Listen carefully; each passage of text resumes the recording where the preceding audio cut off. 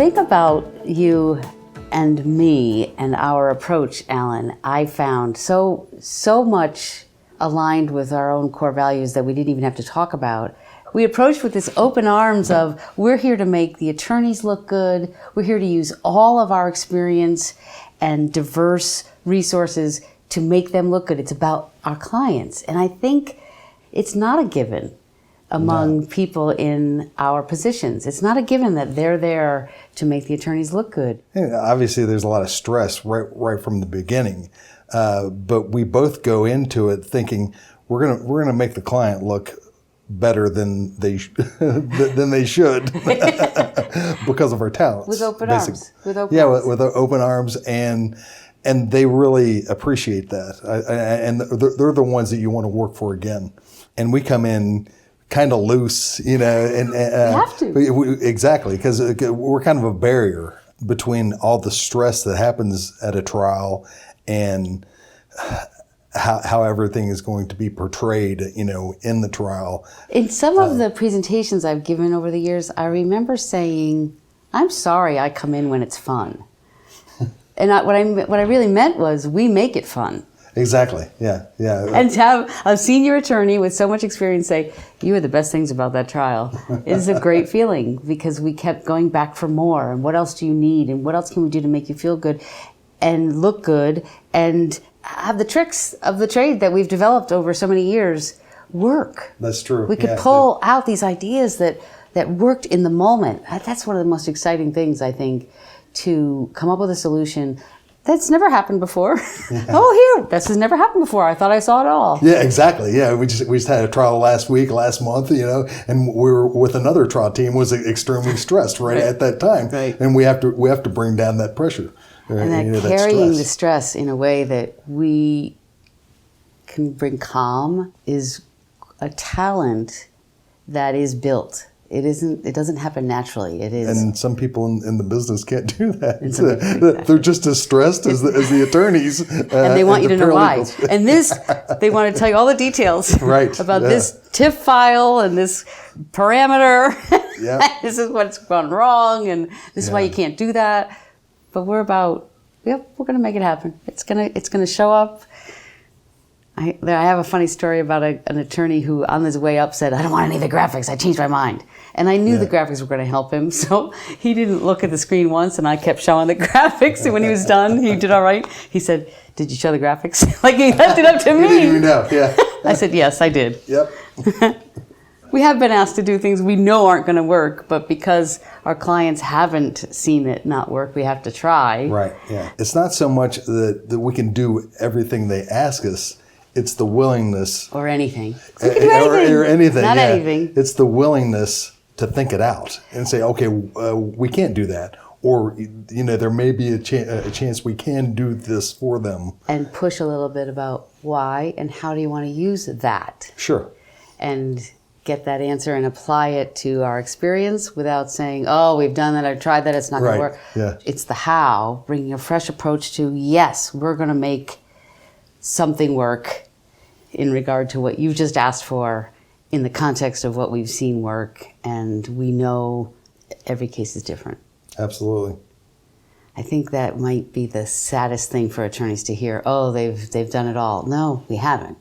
And that's what makes us great, because we'll come at every problem with experience, but the willingness to try new stuff. And there's so much at stake that they don't always think about.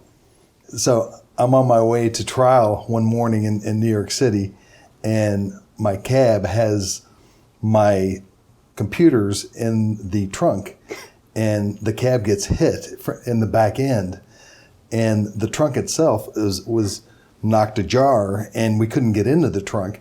I've got 15 minutes to get to the courtroom, and he goes and gets a crowbar and crowbars the trunk so I could get my computers, and then I run.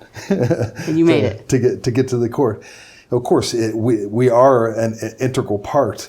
And you don't really realize it, because the attorneys are the ones that are on record, and it's their case. But if you don't have your tech people there, you really can't do much that day. considering how much they put into putting their graphics together, to putting the presentations together with the documents and the video. Right, and that combination of expert graphics explaining intricate things is a long preparation that we're tying it all together. And but there's no one else, there's no one else at the doing time, what you do, right? That can fill in for you. Right. Do you remember when the attorney, we're actually playing a PowerPoint that was produced beautifully by you, and I was running it, and he looks at me and says, "Can we go to that one slide that has the two boxes on it?" And I'm like, "What's the number?" We put numbers on PowerPoint slides for a reason. If you could just tell me 32, I could punch in 32 and we get right there to that PowerPoint slide. Yeah. But he's like, the one with the boxes on it. And that reminds me, so what we're often dealing with is that moment of pressure that they do not expect. They can't remember what we've talked about. I had the same kind of thing. Remember when the attorney turned and said, "Can we have the chart that looks like two snakes?" And all he meant was a line chart. Right. I didn't know what number, two snakes. It was very funny. And that is something we're accustomed to, that moment of, in the moment, this is when you got to deliver. And someone that was green just going into a courtroom, they wouldn't know, that this is going to happen. Yeah. How many times have you heard somebody say, "Oh, so you just type that in and it brings it up"? That's easy. Right. Yeah. A monkey could do that. Yes, it is. Teach a monkey how to do that. And it's really easy, but you start adding the layers of things that could happen. We've seen and we're ready for, and we are truly only as good as our backup plan. Yeah, absolutely. Alan, I really appreciated when we took the opportunity to lock ourselves in a room, in your home war room, and take 3 days of asynchronous trial presentation training together. Sure. So we could have done it alone, but we decided to do it together, and we were able to pause and then compare notes about what that really meant based on our experiences, and that really added a lot to the training. It did. And our own relationship. Absolutely. We also need to keep our game, at the highest level. So every year we'll figure out, where we can take it to another level. The ability to learn new things only helps our clients. It just raises the level of the things we can do when pressed. They deserve that, and we deserve ourselves to be at the top of our game. Right. And because I love that, and I know you do too. And I think that is echoed in where we derive our success. We derive pleasure and satisfaction from their success. Sure. So they're at the podium. They're the ones who need to look good. They're the ones facing the judge and the jury, and we're really helping them look good. And that makes me feel great. Yeah. Seeing an attorney feel like they are able to present their whole self at the podium for their client, for the jury, for the judge.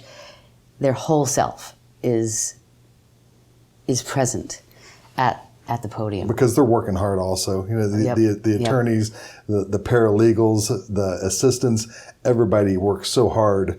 And just to be in there with them, yes, and they see how hard you're working also. It's definitely gratifying. You can't fake the people thing, and you really do succeed when you know why you're there, and you're there to support someone else's career. I mean, some of our work affects people's careers. These are career-defining moments we're present for, and so recognizing the heaviness of it, and yet being light about our touch and knowing we're bringing some value. I love that.